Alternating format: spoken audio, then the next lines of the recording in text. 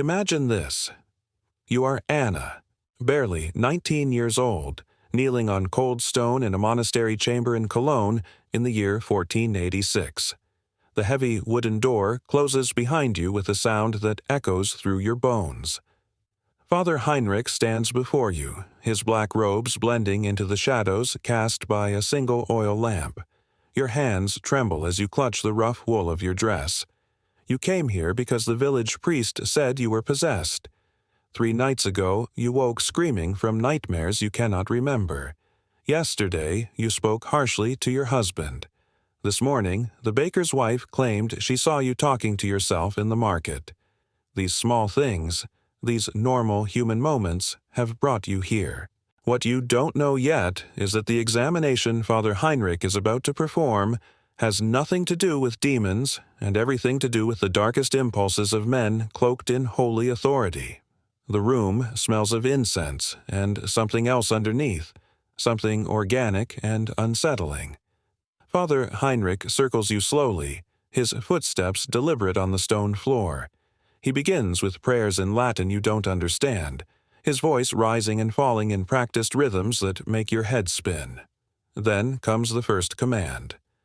Remove your outer garments. For the examination, he explains, to search for the marks the devil leaves on those he claims. Your fingers fumble with the laces at your throat. The other women in your village whispered about exorcisms, about the priests who could drive out demons, but no one mentioned this. No one warned you about standing in your shift before a man who studies your body with eyes that linger too long on the curve of your shoulder, the line of your neck exposed in the lamplight. Father Heinrich moves closer now. His breath carries the scent of wine from evening prayers. He explains in that calm, authoritative voice that demons hide in the flesh, that he must examine you thoroughly to locate their dwelling places. His fingers are cold when they first touch your arm, pressing into your skin as he claims to feel for unnatural heat that indicates demonic presence. You stand frozen, caught between the terror of damnation and the growing awareness that something is profoundly wrong. When you try to step back, he reminds you that resistance itself is a sign of possession. The demon within you fears discovery, he says. The demon within you fights against God's holy work. Every instinct screaming at you to flee becomes, in his twisted logic, proof that you need exactly what he is doing. This scene played out in the monastery examination chambers across medieval Europe for centuries. What began as genuine attempts at spiritual healing evolved into a systematic mechanism for abuse that the Church not only permitted, but actively protected. The rituals designed to cast out demons became cover for priests to exploit the most vulnerable women in their communities. Those accused of possession, those suffering from mental illness, those who simply behaved in ways that threatened male authority. All of them faced examinations that had nothing to do with salvation and everything to do with violation disguised as holy work. The theological framework that enabled this horror was meticulously documented. The Malleus Maleficarum, published in 1487, just 1 year after Anna's fictional examination, provided detailed procedures for identifying and treating demonic possession. Written by Heinrich Kramer, an inquisitor whose own bishop had expelled him for excessive cruelty, this manual became the handbook for witch hunters and exorcists throughout Europe. Its pages outlined how to conduct examinations, how to interpret women's reactions, how to overcome resistance through increasingly invasive procedures.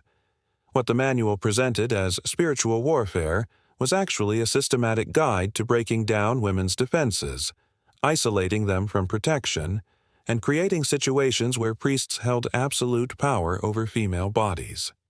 The examination chamber itself was designed to maximize vulnerability and minimize escape.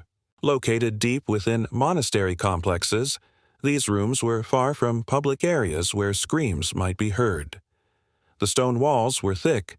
The doors were heavy and locked from the outside. Ecclesiastical records from Bavaria describe examination rooms in Tegernsee Abbey that contained specialized furniture, tables with restraints for women who struggled, chains anchored to walls for cases requiring prolonged treatment. All of this equipment was blessed by bishops and justified as necessary tools for combating supernatural evil. The reality was far more mundane and infinitely more sinister. These were torture chambers where priests could operate without oversight, where a woman's word meant nothing against clerical authority, where the very act of protesting what was being done to her became evidence of demonic influence requiring even more aggressive intervention. Father Johann Hartlieb documented his exorcism practices in Bavaria during the 1440s with disturbing precision. His records, preserved in monastery archives, describe examination procedures that began with prayers and ended with physical violations he categorized as medical necessity. Hartlieb believed that demons entered the body through specific points and could only be expelled through counter-pressure applied to those same locations. His examinations involved hours of touching, probing, and what he called therapeutic manipulation of female patients. He kept detailed notes on each case, recording which procedures produced which reactions, refining his techniques based on the responses of dozens of women who passed through his examination chamber. When several women complained to local authorities about his treatments, Hartlieb's bishop investigated and concluded that the women themselves were lying, driven by demons to defame a holy man doing God's difficult work. The procedures Hartlieb and others like him employed followed a predictable escalation.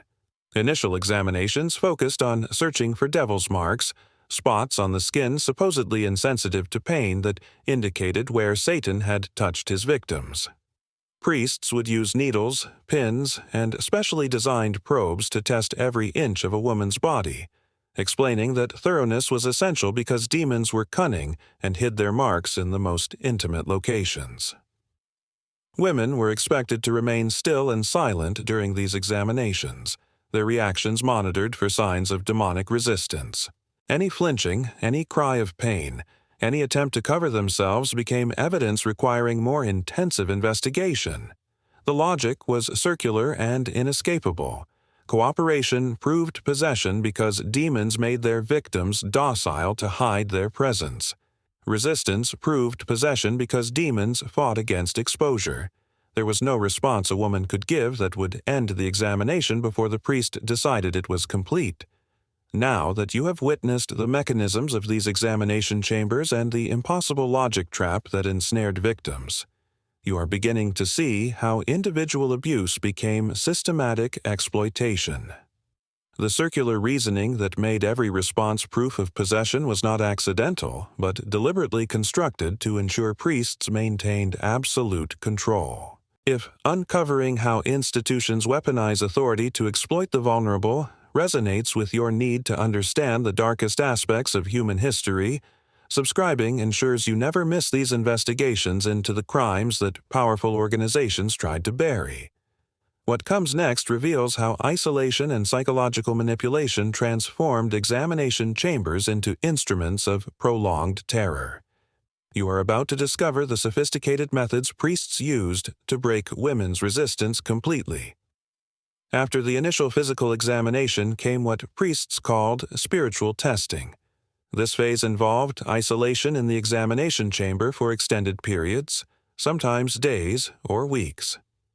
Women were kept in cells adjoining the examination rooms, brought out for regular sessions where priests performed rituals they claimed would draw out demonic confession. These sessions often occurred at night when the monastery was quiet and other monks were at prayer. The isolation served multiple purposes. It broke down women's resistance through sleep deprivation and constant fear. It prevented them from seeking help or comparing experiences with other victims.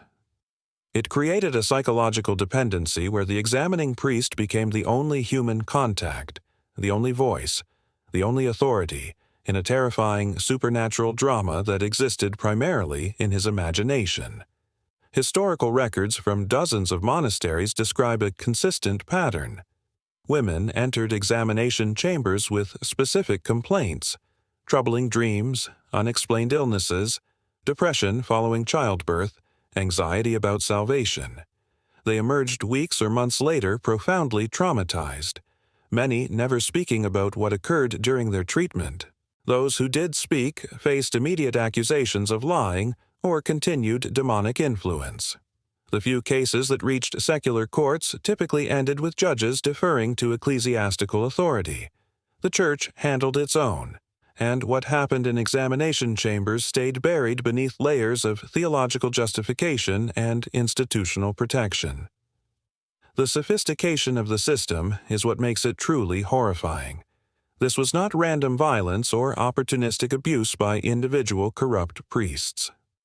This was an organized methodology with documented procedures, specialized facilities, and institutional backing. Bishops knew what was happening. They received reports from examining priests. They reviewed the documentation. They authorized the continuation of practices that violated every principle of mercy and protection the Church claimed to uphold. When complaints arose, the response was not investigation and reform, but deeper cover-up and victim blaming. The demonic possession framework provided perfect insulation. Any woman who accused a priest of misconduct during exorcism could be dismissed as still possessed, her accusations interpreted as the devil's attempt to discredit holy work. The patterns become clearer when examining specific outbreaks of demonic possession that swept through convents.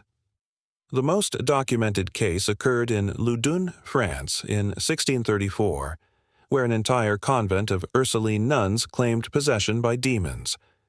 The examining priest, Father Urbain Grandier, initially approached the case as genuine spiritual crisis. The nuns displayed behaviors that terrified authorities: convulsions, unknown languages, violent episodes requiring restraint. Church officials brought in exorcists from across France. What these men created was a situation embodying genuine psychological trauma, religious manipulation, and systematic abuse disguised as demonic combat. Sister Jeanne des Anges, the Mother Superior, became the central figure. Her testimony describes 6 months of daily exorcism sessions conducted by multiple priests in a chapel converted into an examination theater where officials could observe. But what happened before these public performances, in private preparation chambers, tells a darker story. Sister Jeanne described being taken to small rooms where exorcists prepared her through methods called spiritual purification. These preparations involved physical contact that nuns initially resisted until learning that resistance itself proved demonic influence requiring more aggressive intervention. The Loudun case reveals how possession outbreaks followed predictable patterns. It began with women displaying distress, nightmares, anxiety, rebellion against authority. Rather than addressing these as natural human experiences, church authorities diagnosed possession. Examining priests arrived with manuals and procedures. Women were isolated. Examinations began. Then more women displayed similar symptoms. Modern psychology recognizes this as mass psychogenic illness. Medieval authorities interpreted it as demonic contagion, requiring ever more intensive intervention. What made Loudun unusual was it became political scandal. Father Grandier was accused of causing possessions through witchcraft rather than curing them. His trial exposed uncomfortable details about examination procedures, though not enough to challenge the fundamental system. Grandier was executed in 1634, but the larger structure remained intact. The examining priests continued their work elsewhere. Sister Jeanne des Anges lived decades after, eventually writing a memoir that hinted at but never fully disclosed what occurred during private examination sessions. Documentary evidence from other outbreaks shows similar patterns. In German convents during the 1550s, possession waves swept through communities, each bringing exorcists implementing increasingly invasive procedures. In Spanish monasteries during the 1640s, novices displayed symptoms requiring months of treatment from traveling priests building reputations as specialist exorcists while leaving trails of traumatized women. The geographic spread and temporal consistency suggest not isolated incidents but systematic phenomenon enabled by theological frameworks granting examining priests absolute authority over female bodies. The psychological mechanisms keeping women trapped were sophisticated. Isolation broke down resistance and created dependency on the examining priest as the only authority understanding their suffering. The theological framework convinced many women they genuinely were possessed, that horrifying things being done were necessary for salvation. The threat of execution as witches if they refused treatment created powerful incentive for silence. Many emerged psychologically shattered but unable to articulate what had been done, their trauma interpreted as evidence of particularly severe demonic influence successfully expelled. The repetition of examination served multiple purposes. Each session reinforced control and helplessness. Extended treatment periods, sometimes lasting 6 months or longer, allowed priests to condition victims into accepting progressively more invasive procedures. The documentation required for each examination created a paper trail appearing to validate spiritual necessity. This documentation still exists in monastery archives across Europe. Thousands of pages describing examination procedures in clinical language barely concealing their true nature. What transforms individual cases into systematic abuse is the institutional response when victims spoke out. Rather than investigating allegations against examining priests, church authorities investigated the women making accusations. Canonical law provided multiple mechanisms to dismiss accusations of clerical misconduct, especially during administration of sacraments or sacred rituals. Exorcism qualified as sacred ritual. Therefore, accusations against exorcists could be interpreted as attacks on sacraments themselves, which was heresy. This legal framework meant accusing an examining priest of misconduct became a crime more serious than the abuse itself, punishable by excommunication or worse. Bishops receiving complaints faced a choice: investigate allegations exposing systematic problems, or dismiss accusations as demonic deception. The historical record shows which choice most made. Investigation records from multiple dioceses follow the same pattern. The accusing woman was examined for continuing demonic influence, found unreliable due to possession history, and allegations dismissed without interviewing the accused priest. Women who persisted faced renewed exorcism procedures conducted by the very priests they accused, retaliation disguised as spiritual care that effectively silenced further complaints. Protection mechanisms extended to the highest church levels. Canonical regulations made it nearly impossible to prosecute clergy for misconduct during religious duties. As long as a priest claimed actions were part of authorized exorcism ritual, as long as he had documentation showing ongoing demonic possession requiring treatment, he was functionally immune regardless of what he actually did to women in examination chambers. This immunity had predictable effects. Priests who enjoyed conducting examinations built reputations as specialist exorcists and were referred cases from across wide geographic areas.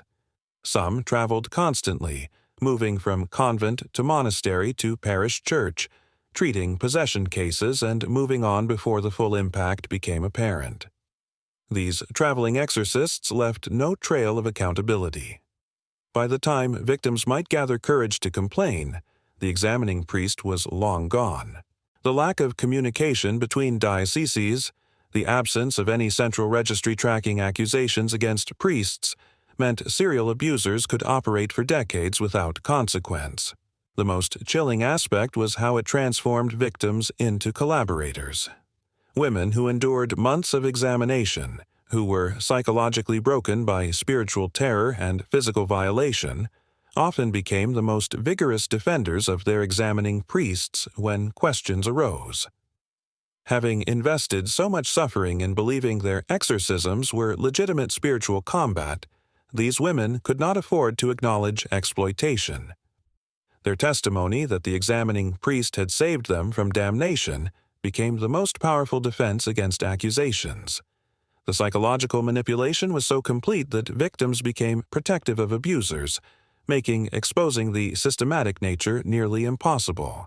The connection between possession accusations and witch trials reveals the ultimate horror. When examining priests could not break a woman's resistance through standard exorcism procedures, when victims persisted in claiming no demons possessed them and demanding release, the next step was often accusation of voluntary demonic pact. A woman who resisted exorcism could be reframed as a witch who welcomed demonic presence rather than a possessed victim needing salvation. This reframing shifted her from the category deserving treatment to the category requiring execution. The Würzburg witch trials between 1626 and 1631 demonstrate this progression. Trial records preserved in German archives document at least 157 executions, many of women who had previously been examined for demonic possession. The testimonies extracted under torture describe initial possession symptoms that brought them to examining priests, examination procedures that went on for months, and then the moment when the examining priest declared them not possessed, but willing participants in demonic conspiracy. This declaration transformed victims of clerical abuse into criminals deserving death, permanently silencing them while absolving their examiners. Trial transcripts from Würzburg and similar witch panics preserve fragments of what women tried to say about their examinations before torture reduced testimonies to scripted confessions. A woman named Maria testified that the priest who examined her for possession told her the devil lived in her womb and could only be expelled through repeated applications of holy oil that he administered himself during nightly sessions. Another woman, Gertrude, described being kept in an examination chamber for 8 weeks where the exorcist visited her each evening after Compline prayers, performing rituals he said were too sacred and powerful to be witnessed by others. These fragments, buried in documents primarily focused on extracting confessions of witchcraft, hint at the systematic nature of abuse that preceded execution. The number of women silenced through execution will never be known precisely. The 157 documented deaths at Würzburg represent only one series of trials in one region over 5 years. Similar witch panics swept through France, England, Scotland, Spain, and Italy throughout the medieval and early modern periods. Historians estimate tens of thousands of executions across Europe over several centuries. How many of those executed women had previously endured examination procedures by abusive exorcists? How many were killed precisely because they threatened to expose what had been done to them? The questions cannot be answered definitively, but the pattern is clear. Possession accusations brought women into examination chambers where priests held absolute power. Those who survived with their resistance intact became witches requiring execution. Those who were broken became defenders of the system that had destroyed them. The modern parallel is impossible to ignore, though we must be careful not to overstate it. Institutions today still use spiritual authority to exploit vulnerable people. Religious communities still create environments where certain individuals hold unquestioned power. The mechanisms of isolation, theological justification, and institutional protection that enabled medieval abuse have not disappeared, they have evolved. Understanding how these systems operated helps us recognize their operation in the present. The specifics change, but fundamental dynamics remain: authority that cannot be questioned, victims whose testimony is dismissed, institutional structures prioritizing protection of the powerful over justice for the exploited. The legacy of medieval exorcism abuse extends into broader cultural impact on how society treats women claiming spiritual or psychological distress. The association between female testimony about internal experiences and accusations of demonic influence created centuries of medical and legal precedent for dismissing women's accounts of their own bodies and minds. When medieval authorities interpreted women's reports of distress, anxiety, or mistreatment as signs of spiritual affliction rather than responses to real harm, they reinforced patterns that would echo for centuries. From the Victorian era's diagnosis of hysteria to the institutionalization of women who resisted male authority in the 20th century, and even today's tendency to downplay women's physical suffering as psychological, These practices stem from a long-standing belief that women's inner experiences were inherently unreliable and in need of male oversight. Clergy who performed invasive rituals under the belief they were expelling demons often saw their actions as sacred duty. But this conviction didn't lessen the damage. It intensified it, granting moral license to acts that caused deep and lasting harm. The combination of sincere religious conviction and systematic abuse demonstrates how ideology can transform ordinary cruelty into sustained campaigns of exploitation. The priests who documented their examination procedures in careful detail, who refined their techniques based on victims' responses, who traveled from community to community treating possession cases, were not cackling villains who knew they were doing evil. They were men who convinced themselves that violating vulnerable women was spiritual warfare, that breaking resistance was casting out demons, that their actions served God regardless of the suffering they caused. This is perhaps the most important lesson from examining medieval exorcism abuse. Evil does not always announce itself as evil. It often arrives wrapped in righteousness, justified by theology, sanctioned by institutions that claim moral authority. The priests who hurt women in examination chambers did so with the blessing of bishops, the guidance of official manuals, the protection of canonical law. They had every reason to believe their actions were not only permissible, but praiseworthy. The women they traumatized had no institutional support, no official voice, no mechanism for justice. When the powerful can harm the vulnerable while genuinely believing they serve a higher good, when institutions protect perpetrators rather than victims, when silence is enforced through spiritual terror, the result is systematic abuse that can persist for centuries. You came into this investigation thinking medieval exorcism might involve religious excess or superstitious practice. Now you leave understanding it was a systematic method for priests to exploit women under cover of spiritual authority, protected by institutional structures designed to ensure their actions never faced consequences. This transformation of your understanding is exactly why examining history's darkest chapters matters.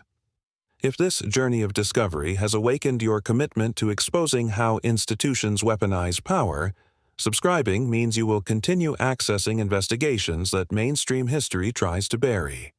Your willingness to confront uncomfortable truths about the past demonstrates the critical thinking necessary to identify similar patterns in the present. The examination chambers are gone now. The manuals that guided examining priests gather dust in archives. The last execution for witchcraft in Europe occurred centuries ago, but the dynamics that enabled that abuse, the willingness to trust authority over victims, the tendency to interpret resistance as proof of guilt, the institutional instinct to protect reputation over pursuing justice, these dynamics persist in various forms. We like to believe we have evolved beyond medieval superstition. We have not evolved beyond the fundamental problem of power imbalance, vulnerable populations, and institutions more committed to self-protection than accountability. Until we fully reckon with how these systems operated in the past and continue operating in the present, until we center victim testimony over institutional reputation, the essential conditions that enabled medieval exorcism abuse remain in place, waiting for new forms of exploitation to emerge.